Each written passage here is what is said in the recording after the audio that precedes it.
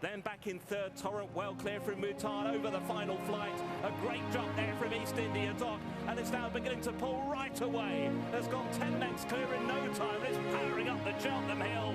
This is going to be impressive from East India Dock to make it 2 from 2 over hurdles and going to win ease down in the JCB Triumph Trial. Good looking win for Breck. Held in by Brave Man's Game and Gallop and Sean Paul Townend sitting quietly, now beginning to improve on the outside. They're all rowing away, but Gallop and Sean and Brave Man's Game on the outside are the first two towards the last. Hewick has come down at the second last fence. Gallop and Sean on the outside of Brave Man's Game head towards the last in the Gold Cup. Gallop and Sean this year is over safely and has taken the advantage from Brave Man's Game. The two of them sit up on the Cheltenham Hill with a Gold Cup between them, completed in third, but it's Gallop and Sean who's galloping his way to Gold Cup glory. Paul Townend and Willie Mullins land the Gold Cup by 5 lengths. Hey guys, and it's Botson back with Botson Racing, and it's the final day, it's Gold Cup day. I'm feeling pretty demoralised and not really motivated to do this video, to be honest. I really can't understand or even fathom how bad of a festival it has been for me this year. It has been crazy. Kopeck is the first real decent winner on Tuesday morning. Thinking, yes, the festival is going to go great. And then you see Majborough get beat, you see Connie Hill fall, you see Stateman fall, you see Brighter Days Ahead virtually not in the front three. And that was just Tuesday. That was just Tuesday. The worst was Wednesday. You're thinking John Bon. I have a big position on John Bon if he wins. I've got a big position on Ballyburn. Gets beat odds on, gets beat odds on. You're just thinking, how could this get any worse? And again, I just can't believe how bad of a festival I've had. This is probably the worst I've ever had. Just looking at pure anti-post positions, coming in with a portfolio that was amazing. And the results and the SPs of yesterday's results as well wasn't great. You know, you had the mare's novices hurdle, the Fav getting chinned on the line, absolutely tanking all the way, and that got beat by Rachel Blackmore. Doddy the Great in the handicap. Facts to file, everybody thought that were going to get beat about a week ago in previews. Everybody's saying this is the weakest price favourite. Everybody wants to take him on.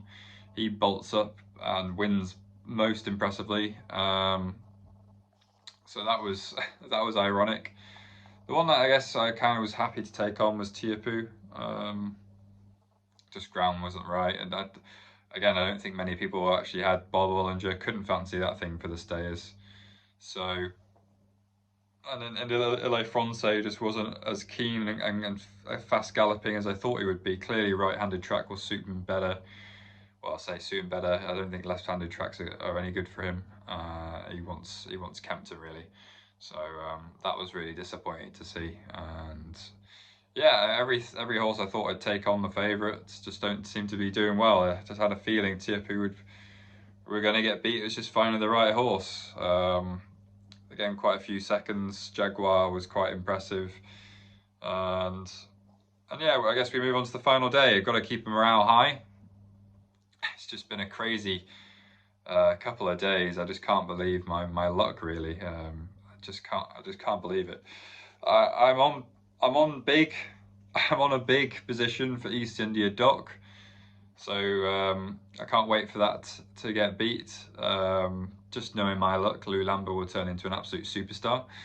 But he is my nap of day 4 in the Triumph. Really impressive last time out. I think he's got the best form out of all of these. Lou Lambert's going to have to find a lot more today with Mondo Man, the horse he beat, giving him £10. Actually ended up losing next time out. So look, I just think if he wins or runs anywhere near his last time out form, East India Dock should win. That's all saying that potential of Lou Lambert could massively improve, but Henderson's yard's not flying at the moment. We know he's got a strong hand, but de Boinville's not been racing that great recently. obviously Jericho Recommendé was second. He didn't run that great on John Bon. I'm sure there's plenty more. Connie Hill's still in the probably back of his mind. So yeah, I'm going to take him on, and I think East India Dock has seen a lot of support actually. Now definite favourite, definite jolly for this race, and I think could win. In the second is the County Hurdle. I'm just going to be playing Absurde to go back to back at 5-1 best price straight, and Irish Panther each way 5 places. I thought his run last time out was quite nice, so hopefully he can run into a place. He still hasn't won a race yet, but I think the place angle again is quite nice. You shouldn't be too worried about that, and I think that'd be a nice little way to get a place off the start. Race 3 is the Mare's Chase. I've got Limerick Lace for a lot of money. I think she just wants heavy grounds, so I don't think she'll do that well of a job. I think the obvious play here is a Dinoblue and Bride's Hill reverse forecast. I think these two are just got way better form. I'd be slightly against Allegory Devassi. She can't really jump. She's improved slightly better this year. We're in a close second behind Dinoblue, but that was more to do with the actual run of the race. Allegory Devassi was on the inside. No, the outside, I think it was at Fairy House, and Dinoblue was on the inside, and the ground difference between the two was massive. So I think if they were to run the same race, I think Allegory Devassi will be behind significant lengths. And I think it's going to be between Bride's Hill and Dinoblue. So small little reverse forecast there.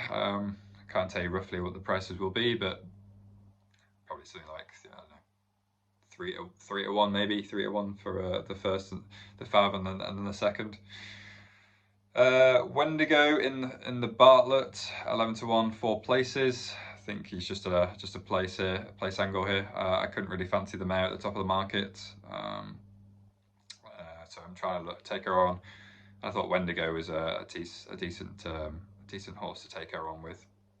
So 11-1 each way, 4 places. In the Gold Cup, I've got a decent sized chunky bet on Galopin Des Champs. Had him in a double with Coppet de Boards. So I'm cheering on for the 3-timer. History in the making. History, a superstar. That's for you, blogger. That's for you. The ones that I think can take him on are I Know the Way You're Thinking and Bambridge.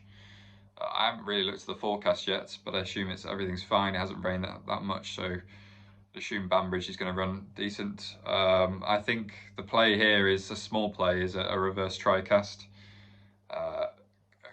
Galopin Des Champs, I Know the Way You're Thinking, and Bambridge, those 3. I can't really be tipping up Galopin Des Champs. I do think he's going to win.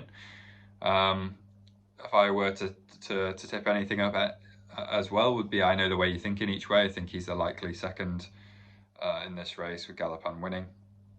And I just thought a small place angle on Bambridge as well. So check in the reverse foot tricast, maybe do an each way on I Know the Way You're Thinking, but I just can't see Galopin Des Champs losing this one. This is just going to be electric in the ring, and the crowd are going to be absolutely cheering him home. So an absolute weaker contest as well. It's one to mention as well. Last year was a lot better. This year it's extremely poor, and I think this is Galopin's to lose.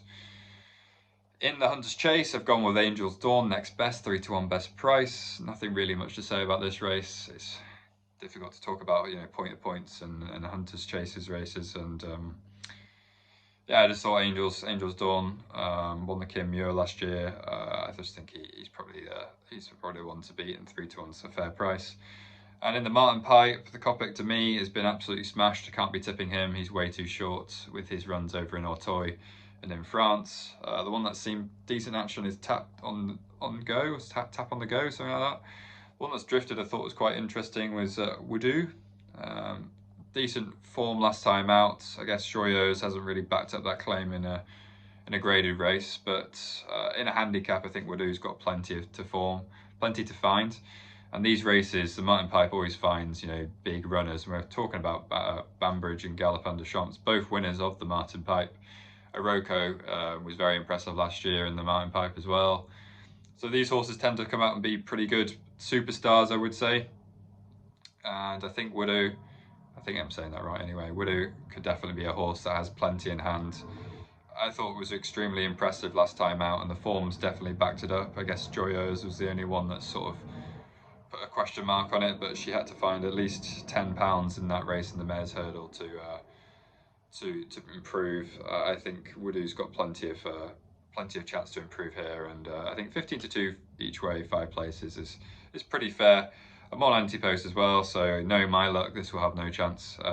Just going off the basis of the last 3 days, but good luck.